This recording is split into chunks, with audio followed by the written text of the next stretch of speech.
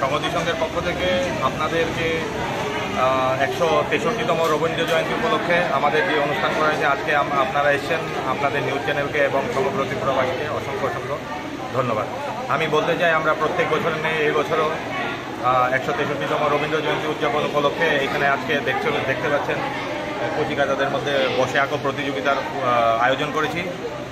আমরা আজকের এই আয়োজনকে কেন্দ্র করে ব্যাপক সাড়া পরিলক্ষিত হয়েছে বাচ্চাদের মধ্যে।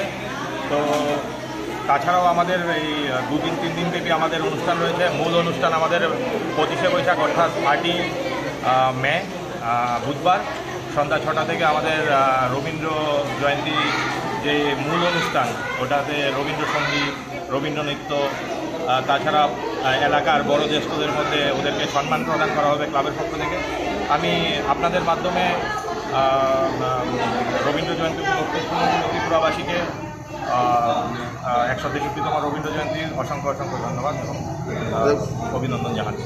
কতজন আজকে মোটামুটি আমাদের 90 থেকে 100 জন টার্গেট নিয়েছি। তা এখন যেটুকু দেখা যাচ্ছে আমাদের মনে হচ্ছে আরেকটু বেশিই হবে। কি আপনার নামটা? আমার নাম দেবজ্যোতি দেবনাথ, আমি সংহতি সংঘের সাধারণ সম্পাদক। বাড়ির ছেলে ডাক্তারি পাশ করে ফিরছে, তাই সেলিব্রেশন চলছে নানা পদের রান্না।